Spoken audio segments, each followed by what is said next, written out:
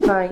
Kulfi cake தான் பார்க்க போறோம். எப்படி பண்றதுன்னு பார்த்துரலாமா? எப்பவும் போல வெண்ணிலா கேக் ஸ்பாஞ்ச் தான் எடுத்திருக்கேன். குல்ஃபி ஃப்ளேவர் எப்படி நம்ம கேக்ல கொண்டு வரதுன்னா, ஆல்ரெடி எம்டிஆர் அந்த பிராண்ட்லலாம் குல்ஃபியோட ப்ரீமிக்ஸ் வந்து கிடைக்கும்.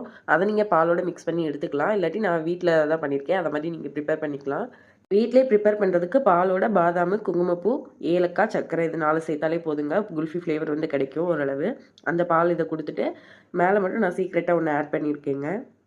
க்ரீம் கூடயே அந்த ஃப்ளேவர் வரணும் அப்படின்னு சொல்லிட்டு, அதுக்கப்புறம் இந்த மாரி ஒவ்வொரு லேயரும் பண்ணி எடுத்துட்டு, ஃபைனலா கண்டென்ஸ் மில்க் எப்பயுமே நான் கொடுத்து எடுத்துப்பேங்க. கண்டென்ஸ் மில்க்க க்ரீமோட எடுத்து பாருங்க. கேக்கோட டேஸ்ட் வந்து கொஞ்சம் வேற லெவலா என்ஹான்ஸ் பண்ணி காட்டும் நல்லா. அப்புறம் இந்த கேக் ஆர்டர் பண்ணவங்களே ஒரு 5 கப் கேக் கேட்டிருந்தாங்க. Palkova cup cake. க்ரீமோட பால்கோவா மிக்ஸ் பண்ணி ஃப்ளேவர் குடுத்துட்டேன் ஆல்ரெடி. அதுக்கு மேலேயும் கொஞ்சம் மில்க் மெய்ட் தாங்க ஆட் பண்ணிட்டு இருக்கேன். மில்க் மெய்ட் சேர்க்கும்போது நம்மளுக்கு பால்கோவா ஃப்ளேவர் மாரி தாங்க இருக்கும். அப்புறம் ஃபைனலா கேக்குக்கு ஃபைனல் கோட்டிங் குடுத்துட்டு மேல டிசைன் தாங்க பண்ண போறோம். குல்ஃபி கேக்குக்காக அந்த ஒரு குல்ஃபி எஃபெக்ட் இருக்கட்டும் எல்லோ கலர் கிளேஸ் தாங்க எடுத்திருக்கேன். பேருக்கு ஏத்த மாரி பாதாம்லாம் துருவி வச்சிருந்தீங்க. அத அங்கங்க ஆட் பண்ணிட்டு மேல நம்ம தலைவர் குல்ஃபிய தான் வைக்க போறோம்.